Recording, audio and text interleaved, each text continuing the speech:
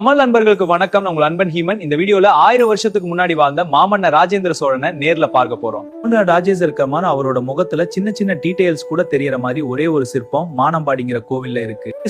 வீர சோழரும் சோழர்களோட எல்லாத்தையும் இன்னைக்கு தொலைச்சிட்டோம். அதுல சோழர்களை பறைசாற்ற மாதிரி ஓவியங்கள் என்னெல்லாம் இருந்திருக்குமோ. 1000 வருஷத்துக்கு முன்னாடி வாழ்ந்த ராஜேந்திர சோழன் பாக்குறதுக்கு எப்படி இருந்தாருன்னு தெரிஞ்சுக்கணும்னா அவரோட சில சிற்பங்கள் வழியா இன்னைக்கும் பார்க்கலாம். இல்ல ஒண்ணு தஞ்சை பெரிய கோவில் இருக்கிற சிற்பம், 2 கங்கை கொண்ட சோழபுரத்து சிற்பம், 3 பஞ்சவன்மாதேவி பள்ளிப்படை சிற்பம், 4 திருவாரூர் கோவில் சிற்பம். இது எல்லாத்த விடையும் ரொம்ப பார்த்ததுக்கு அப்புறம் தான் இப்படி ஒரு கோவில் இருக்குதுங்கிறத நான் தெரிஞ்சுக்கிட்டேன். உடனே அதை நேர்ல பார்க்கணுங்கிற ஆர்வம் வந்துச்சு. முதல்ல இந்த கோவிலோட படங்களை இன்டர்நெட்ல தேட போறோம். அதுக்கப்புறம் அங்க இருக்கிற கல்வெட்டுகள் என்ன சொல்லுங்கிறத ஆய்வு எழுதிருப்பாங்கன்னு எல்லாத்தையும் விஷுவலைஸ் பண்ண போறோம். அதுக்கப்புறமா தான் நேர்ல போக போறோம். சரி, முதல்ல கூகுள் மேப்ஸ்ல பாவுல இருக்கு. குறிப்பா சொன்னா கும்பகோணம் டு சென்னை ஹைவே அப்படியே ஒட்டி இருக்கு. இப்போ இந்த கோவிலோட படங்கள் ஏதாச்சும் இன்டர்நெட்ல இருக்கான்னு பார்ப்போம். சின்ன கோவிலா தான் தெரியுது, ரொம்ப பராமரிப்பு இல்லைன்னு தெரியுது. ஆனா அதுவும் பராமரிப்பு இல்லாம தான் இருக்கு. ஆனா என்னன்னு தெரியல, இந்த கோவில் என்ன ரொம்ப ஈர்க்கிற மாதிரி இருக்கு. எங்கேயுமே ஏதோ ஒரு பருவ சிற்பத்துல இந்த கோவில் கல்வெட்டுகள் ஏதாவது சொல்லுதான்னு பார்ப்போம்.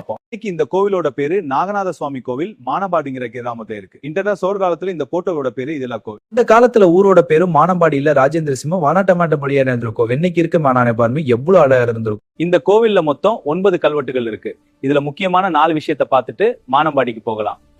முதல் விஷயம், ராஜேந்திர சோழனோட தேவார நாயகமா பணிஞ்ச பிறகு தடைப்படாம 3 விளக்குகள் இருக்க. சாதாரண விளக்கு இல்ல, நொந்தா விளக்கு. கரண்ட் கண்டுபிடிக்கப்பட்டு பயன்பாட்டுக்கு வந்தது வெறும் 30 கோந்தாம இருந்தா விளக்கு. கோவில் எப்படி இருந்திருக்கும்.